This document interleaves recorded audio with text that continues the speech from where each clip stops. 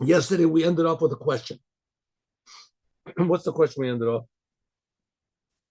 Okay, we know that what happens in the Torah, first of all, was written by God. Most of this was the only one that witnessed it was God. That Jacob took the stones and put them around his head and he made him into a pillar, etc. That was only God witnessed it. There was nobody around. So God is writing all this in the Torah, right? So it tells us, so the story must be pretty important. Must be pretty important. If God himself, the creator of the universe, he's writing this down. What that means, who knows? But that's what it is. The Torah are the letters that God wrote down. The whole world are the letters of God.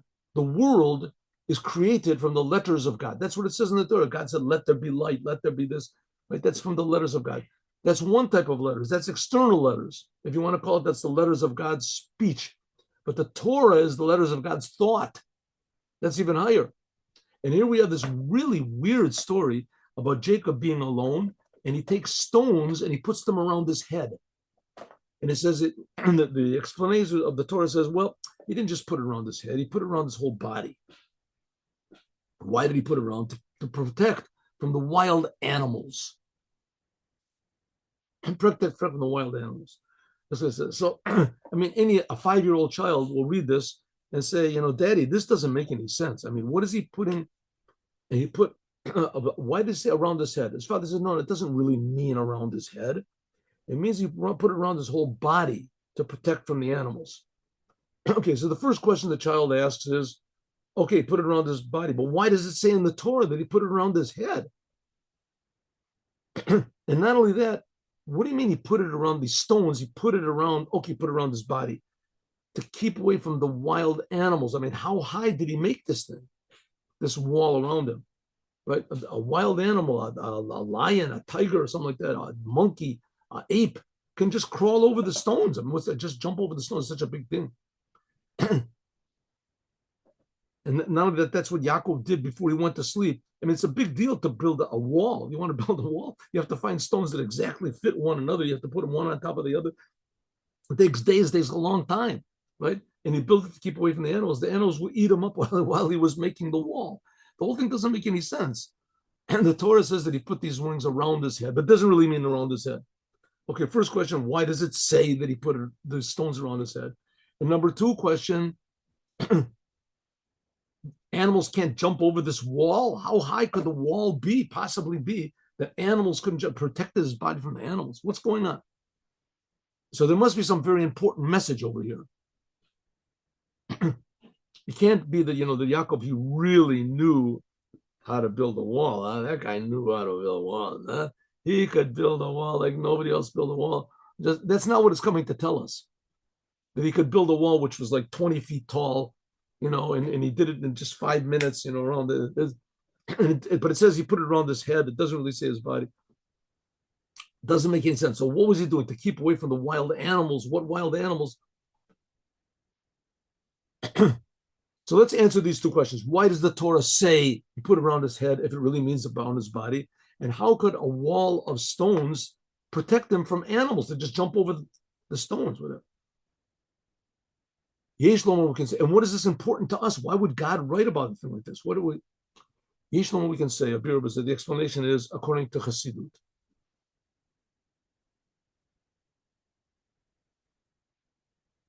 Pu'ulat Yaakov, the desire of Jacob in taking these stones from this place and putting them around his head, this is a spiritual thing.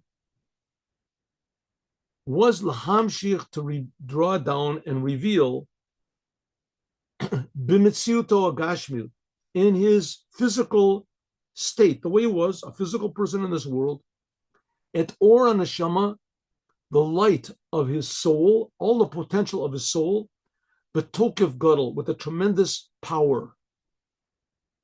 That's the idea of stones.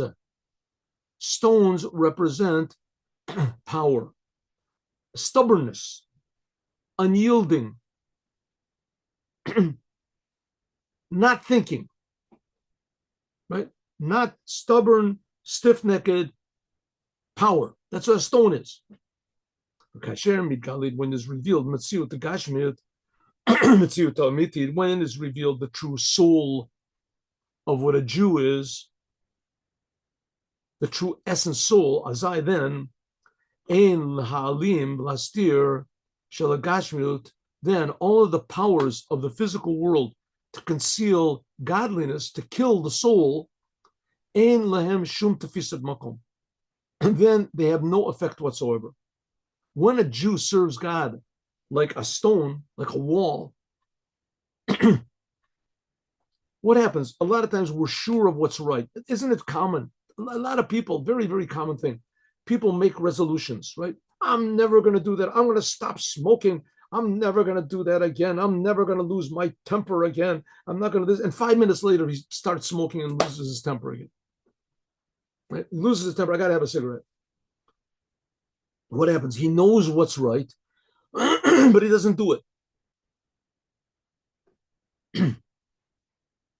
Why don't you do? Why not? Because the world is very powerful and we're very weak. It says, but if a person makes up his mind like a stone, I know what's right. No matter what happens in the world, nothing is going to have any effect on me. I know whatever happens in the world, it's just a big fake out. Getting mad is bad. If things in the world make me mad, those things aren't real. Those aren't real. The same things can happen to other people. They don't get mad. I'm also going to not treat them. Same thing. When a Jew makes his mind up to serve God, and he knows it's the right thing to do, then nothing in the world that prevents him or that discourages him. Those things won't be taken seriously. Doesn't take it seriously. You're not going to scare me.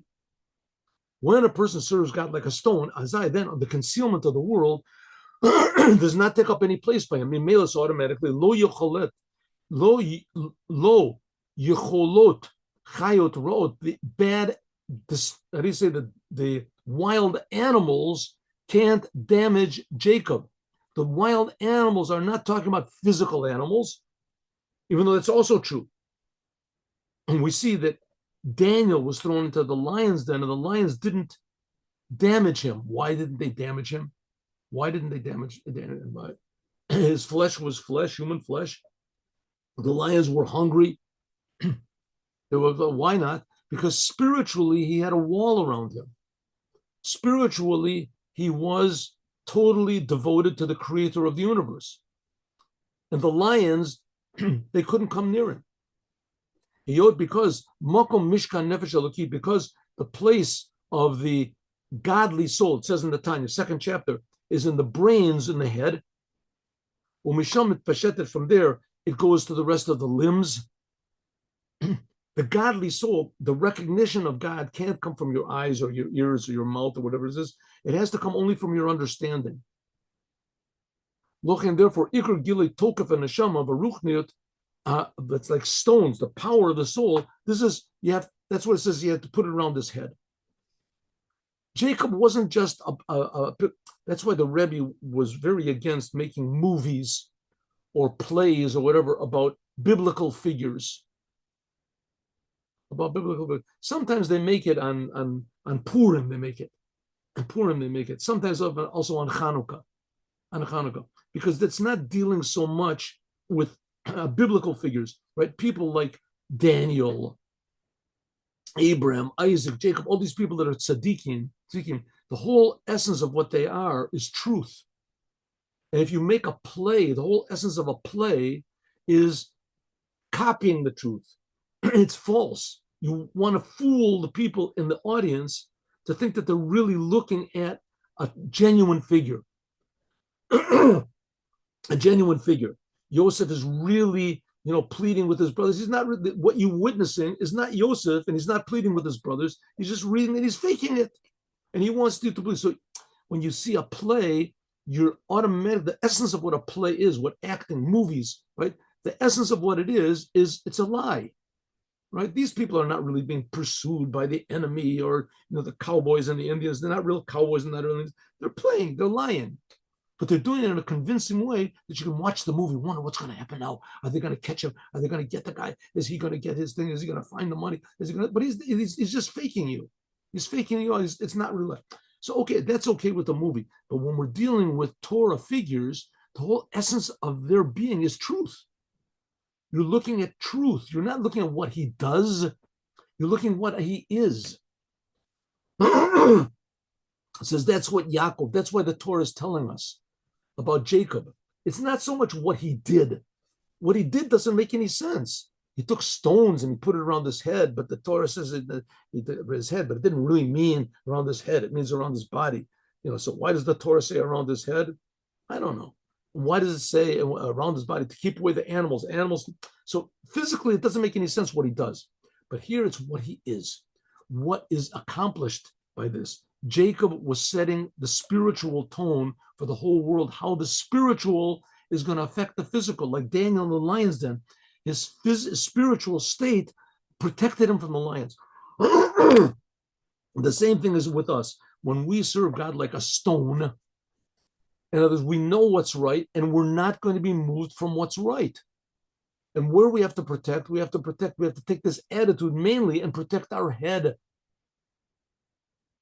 Our awareness of God. It shouldn't be disturbed by anything in the world. It shouldn't be, enticed or confused by anything in the world. It says, from the head, the brains come to all the rest of the limbs. Here, the Rebbe, you have to remember, is speaking to Jews. So Jews are a bit different from non-Jews. And the way that Jews are not different from non-Jews is only an internal thing. Every Jew, without exception, is certain that God exists, that God cares, that God gave the Torah, that God is interested in what we do. He reacts to what we do. He's involved in every detail in the world. Every Jew. There's no Jew in the world that has any doubt. Maybe he's just not aware of this. But that's the Jewish soul. Every Jew in his essence wants to serve God. He knows that we're here for a purpose. We have a responsibility. Every Jew knows this, but it's where does he know it? In his godly soul. And the godly soul works mainly in the head, in the brain. So Jacob, therefore, he had to protect his brain. As soon as he realized this awareness of God and his responsibility to God, but he knew that the world was going to interfere. The world is screaming out, you've got responsibility only to yourself. Therefore, he has to show a power, an assertiveness, a stubbornness, like stones, and he has to protect mainly his brain and his head, his attitude, his attitude toward the world. That's what it means. The Rashi adds on, first of all, that these stones made an argument one with the other. Each one said, I want this holy man to put his head on me. And this one said, no, I want it to be on me. What does it mean? What type of an argument was between the stones? The argument was, what's that relevant to us? Kafisha must be like the explainers of the Torah tell us, Bein Avanim, between the stones of this wall, Asher Hayu Saviv Rosa, which were around his head, they argued with the Avanim Shemaschel, the stones that were around his body. Right? We said he put all of the stones were all around him. Why does it only say that he put around his head? So because each one of them had a different attitude. They made it, and to the degree that the stones argued one with the other. The main thing of this argument was Allah yaniach tzaddik rosho, and that we should be the main ones. We want to be the ones that the tzaddik puts his head on. Kolomar, shetokev, this idea of the defiance, assertiveness, certainty, unmoving determination of the stones, revealing holiness in the body of Jacob, were like the power and the assertiveness of the stones which were around the head of Jacob. In other words, what's the argument between the stones? One said the main thing is what you do. Don't do, say, think anything that is against your principles. The other one is, that's the stones around his body. The stones around his head say, no, the main thing is your attitude. That's your attitude. Your attitude will determine what you do. Your attitude has to be like a rock. And the other one said, no, your deeds, they have to be like a rock. You make your mind up Clearly, I'm not going to, don't think about it at all. Which one is more important? Miyad, so as God said, well, really both of them are important. Therefore, he made him one stone. Gile Tokaf Kedusha, the holiness is equal in the head of Jacob and the body of Jacob. Tachlit v'shleimut hachibur, the whole essence of the joining of the upper worlds, his mind, his genius, his holiness, and mata, and his deeds, his thoughts, and his speech, are come one stone. What does it mean? That when the essence of God is revealed, then your deeds and your thoughts, then your actions and your emotions are the same. Then it becomes Vayishka b'makomo. It's all holy. One good deed. That's why in Chabad, the Rebbe said, go in the streets and put tefillin on people. And there was a big opposition saying, what is that going to possibly do? This person, he doesn't know what's happening. You're just putting a tefillin on the person. So the Rebbe said, well, first of all, a person usually puts on tefillin because he knows it's a Jewish thing. So it's new by him. It's new. And a person that puts it on every day, he gets used to it. So it could be that the person who puts it on the first time is more involved in the commandment than everyone is. But even more, even if the person doesn't know what he's doing, he's just doing something that's Jewish. Just doing something that's Jewish. But he's doing a holy act.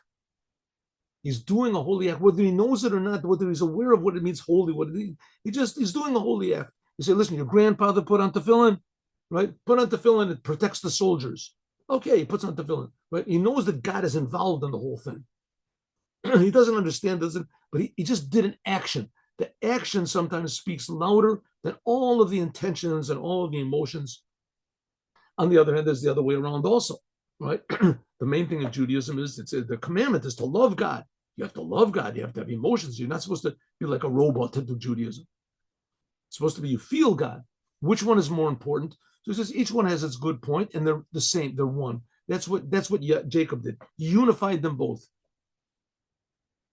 And what did he do then? He laid down Hashava the Rosh. His head and his feet became on one equal level.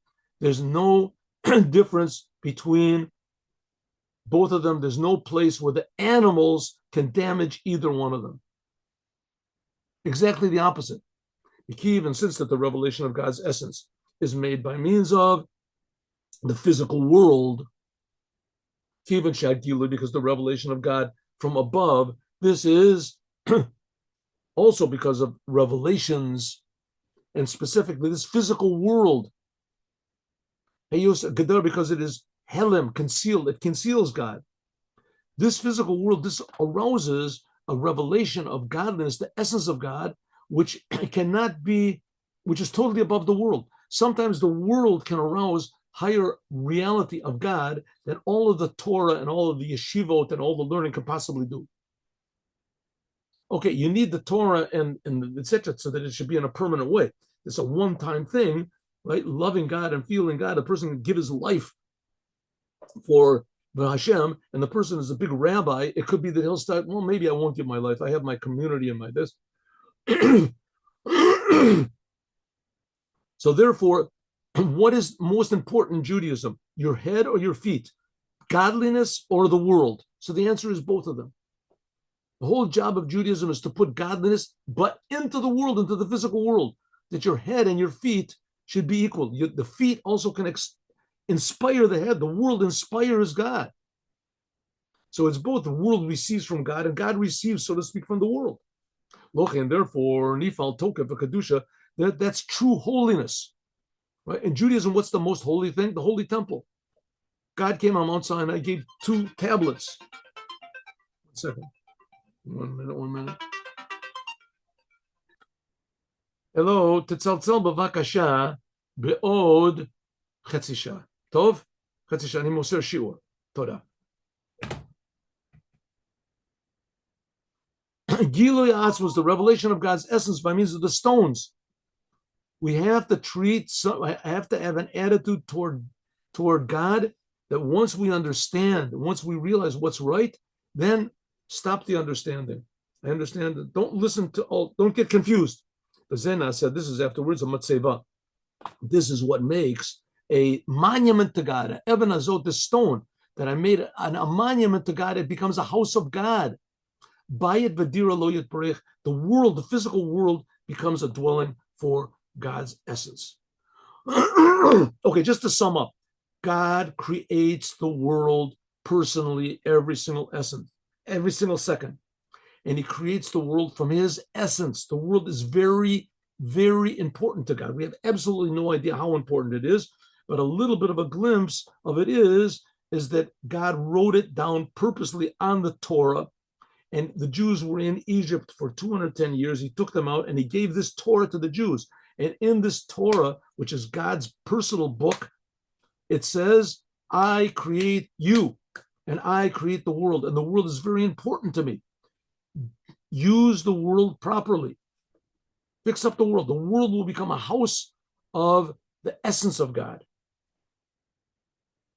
Not the heavens, not going to heaven, in this physical world. That's what Jacob brought about, to understand the importance of this physical world. According to everything we said before, now we can understand this special, why, the question we had before. Why was it that Jacob did not give birth to all of the Jewish people in Israel? Why is it that the Jewish people were born, the fathers, Bnei Yisrael, the children of Israel, Yaakov is Israel, right? Why was it that they were born outside of Israel? And not only that, they were born in the worst place in the world, in Haran. That by means of it, it'd be gaber alahelam shel Haran. Why? Because Abraham would be able to overpower. He learned how to overpower Haran. All the Jewish people were born in Haran, so they would know this world is not an easy place. And it is our job to not be affected negatively by the world and to, yes, change the world. Not only that the world will not have a bad effect on us, that we can defy and conquer the world, but even more, lechaber ulached mailo mata, that the world itself is good. We just have to reveal the good which is in the world. Neshama baguf, a soul in a physical body. And this is by means of revealing God's essence. What's God's essence? Why he's creating the world. Not just the fact that he is creating the world and the world should not bother us. That's also not an easy thing to do, but that's not our job. Our job is to reveal, not to ignore the world, and the world is not going to have a bad effect on me. Our job is to, yes, reveal God in the world, that we do have a positive effect on the world. Again, that's what I started the class with. That's one of the reasons for hating the Jews. The Jews won't leave the world alone. They won't leave it alone. If the Jews would just be, separate and leave the world alone, and we'll just be in our place and you be in your place and just leave us alone, then it would be okay. The world, they probably wouldn't hate us. Right? We have a message to the world. All the religions have a message to the world. They all have a message to the world. No, our message to the world is that there is no other message to the world. That's the only message that God is. You're being created. There's only one creator. There are no other creators. One creator. He's creating everything from love. And the Jews are his only representatives. We're chosen. And we're chosen to tell you that God is creating you and he loves you. He's creating you from love. In other words, not just to conquer the world or to, resist the world and to be immune to the world, but even more to inoculate the world and to inspire the world. The world should become healthy. By revealing God's essence. Because Shechirush said this is brought about by means of going down into Haran.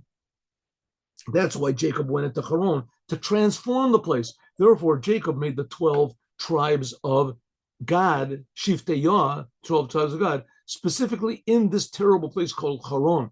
The Ad in a way of Mitat Shlema, and it ended up that that all of his children were complete and perfect.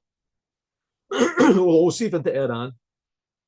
In other words, the whole purpose was to transform the world. We'll see and let us add on. According to what we said, moving will be understood what the rabbis say that Jacob, mitato shlema, that his bed was complete. Strange language.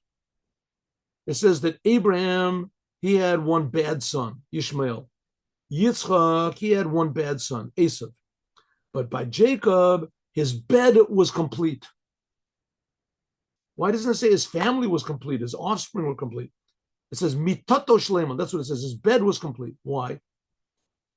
Why does it use that language? Also, Gam Lashon, what it says, the inyan, mitato means his bed, but the word mate also means below. Hamate, the below, this world, physical, was complete. Mitato means his bed was complete, and also all of the things that he did in the physical world were complete. Ad Yaterim is even till more. Even when Jacob laid it down on his bed, laying down the highest part of Jacob, he brought down to the world. As then his head and his body and his feet were on the same plane. Nevertheless, he revealed Ketzadhu mitato shlema, that he was complete. Shlemut gile atzmos, the true revelation of God's essence. Hamash v'katan gadol v'gadol, that the highest and the lowest are equal. Again, you have to remember there's only one God, and God creates everyone. And God decided that the highest would be the high and the lowest would be the low. And in 1 second, he can decide otherwise. And when we connect ourselves to the Creator, then we realize that the only reason that we're better or we're smarter or we're purer, we didn't do any sins, is only from God's, how do you say, the grace of God. It's only just a miracle. Then when that happens, we realize that everything we have and everything that we are is a gift from God, then we can't feel ourselves to be superior to anyone. We just have to use the gifts that God gave us for the purpose God gave us, to improve the world. This can only be done when Jacob is in Haran, Mata, below. That's what it says, mitato shlema, that his bed was complete. It means that his lowness was complete. Maisa avot simim al-banim, and what the Abraham Isaac did there, that's a sign for us.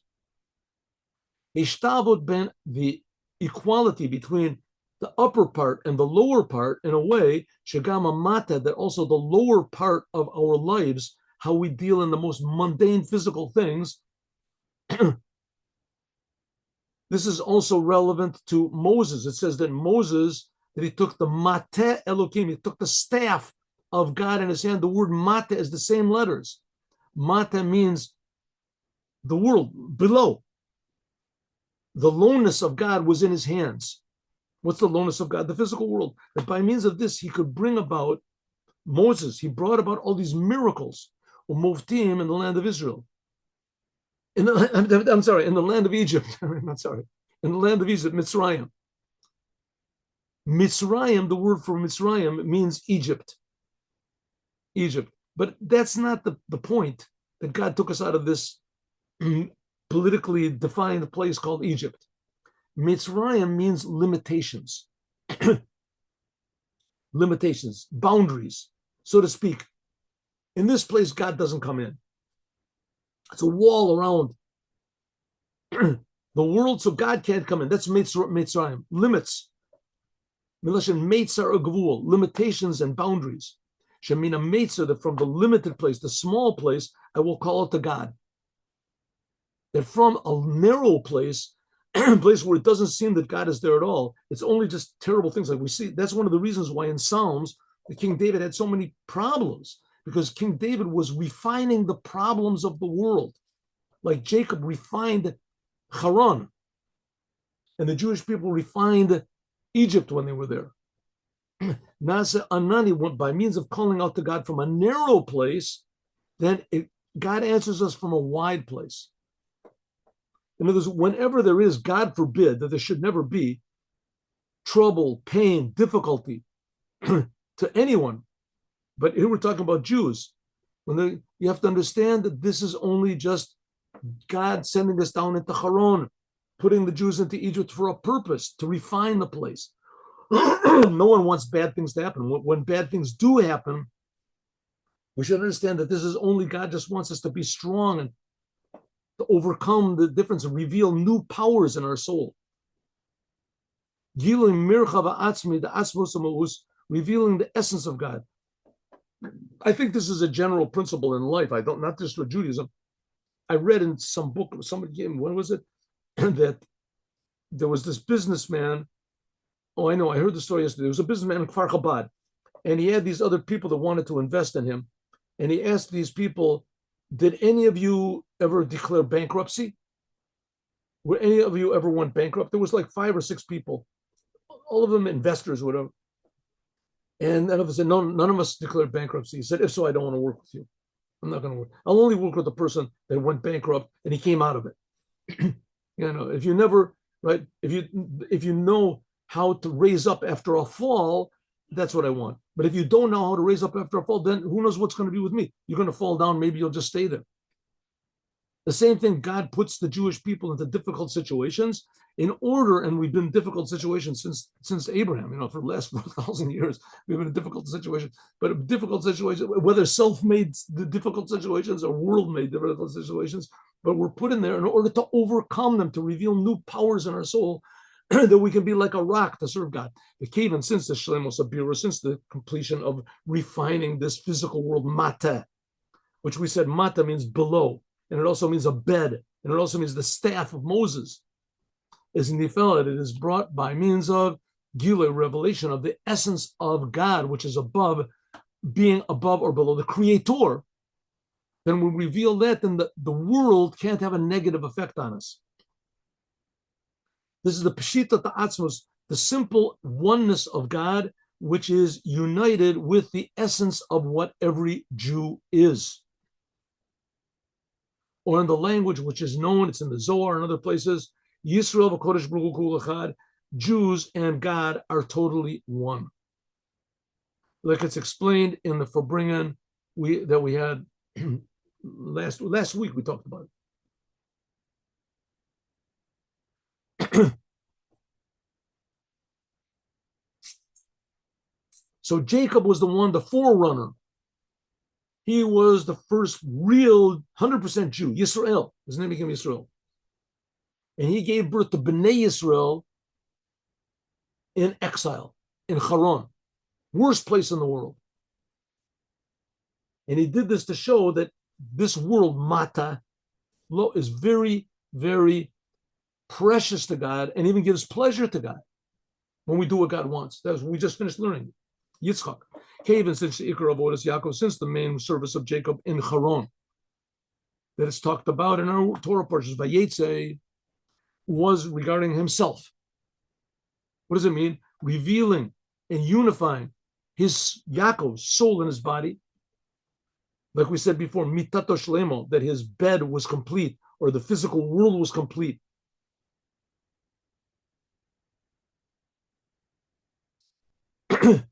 This week's Torah portion is talking mostly about Jacob revealing his true powers and his true potential.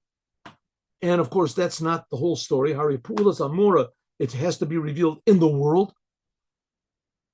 This revealing Jacob's, Yaakov's, Yisrael's, same person, power and goodness and blessing in the world is not spoken about in this week's Torah portion. It's just talking about how he revealed it to himself.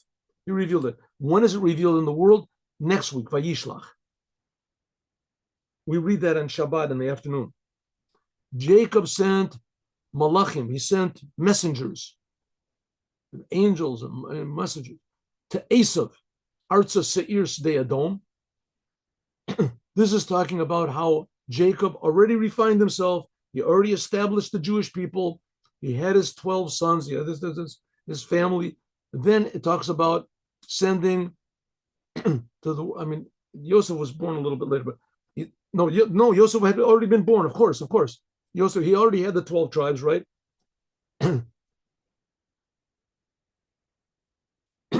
That's talking about how Jacob established the Jewish people. That's this week. Next week, he's already established the Jewish people, and now he's going to meet with his twin brother, his evil twin brother, Esav. That's mainly talking about how he went into the world, Esav, to fix up the world by means of Jacob.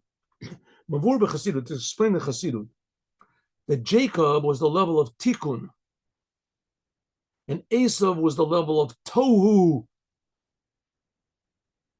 Loosely translated, Tikkun means fixing, being fixed, harmony, and Esav is, how do you say, confusion, power, Tohu. Yaakov is like the orchestra when it's playing beautiful music, and Esav is like the orchestra when it's warming up, before it's playing everything for himself. Esav. So God, when he created the world, he wanted the world to be a potentially confusing place. He put Adam into the world in order to quiet down this potential of confusion. But Adam didn't get the point. He said, what is this confusion thing? What's so bad about it? What do I have to? All of a sudden, the snake comes along and says, it's not so bad. It's not so bad. God is fooling you. What are you talking about bad? The confusion is not a bad thing at all. He doesn't want you to eat because you're going to be like God. So the snake knows this argument is not going to work with Adam. So he goes to his wife, who did not hear the command from Adam. And he knew what to do, the snake.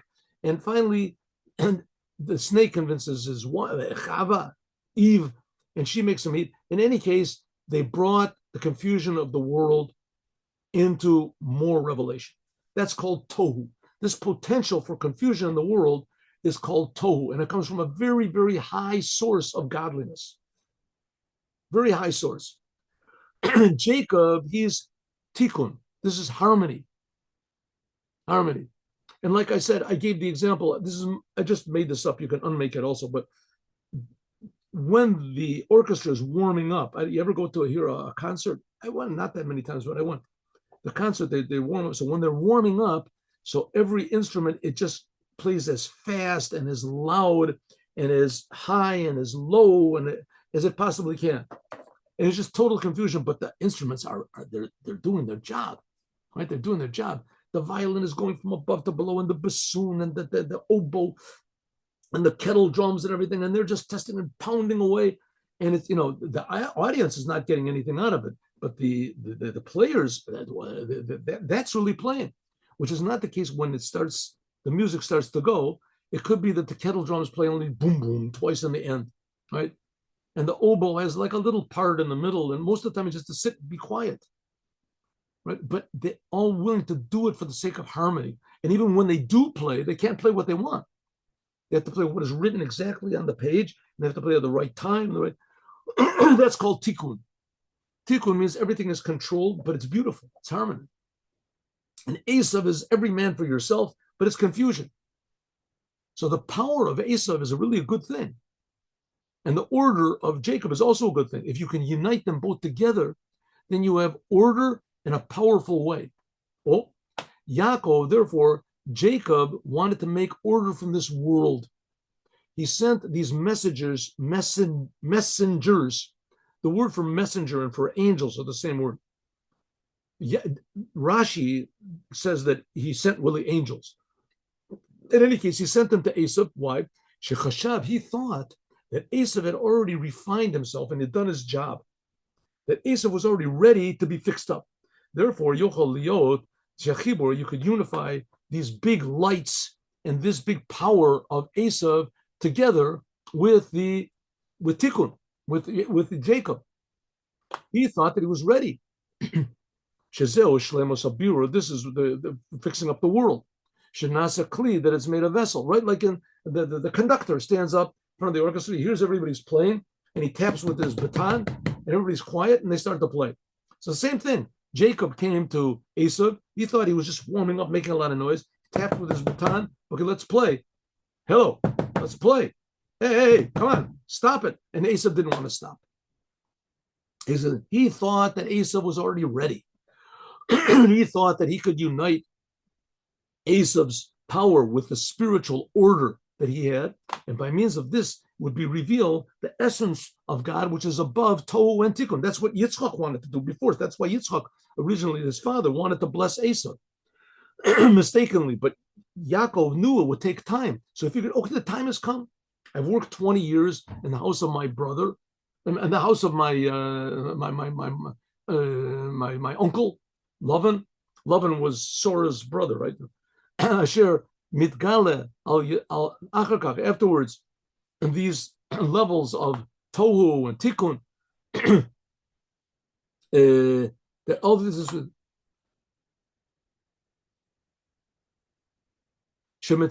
because of this, they would become one. Jacob and Esau would become harmonious. They would work together. That's what he thought. Elabad, but actually what happened, he thought Esau was ready. And he would be like the conductor, and he would just stand, and Esau would join with him, and it would be a wonderful world. The world would be fixed up, and everybody would retain their individuality, but they would do it according to the way God wanted it, like a beautiful concert, right? Every instrument is unique, but it would play the way God wanted. That's what he thought. But actually, Esau was not ready for this. Esau wanted the warm up. He wanted to warm up forever. It's only going to happen when there's the total redemption of the Jewish people by means of Moshiach. Like it says, Esau said, "Boy, let's walk together." And he said, "No, you go ahead of me. I got something. I'll meet you in Seir." And it says there's no such place as Seir. When is it? When he says, when is he going to meet him in Seir? In the days of the Mashiach, like it says in Isaiah. It says, is it Isaiah? It says, Ovadia, the prophet Ovadia. It says, will come the ones who are saved, the Jewish people, in the Mount of Zion, and they will judge the mountain of Esau only in the future redemption. But that's supposed to happen any second now. It's supposed to happen any instant now. But Jacob is telling us, the Torah is telling us Jacob really wanted to bring Mashiach and make order and harmony in the world and leave the world the way it is. Everything individual, everything special, everything unique, but just use that all in harmony with what God wants. That's what he wanted. That's what's going to happen in the days of the Mashiach. And Yaakov thought that the world was ready, but it wasn't ready.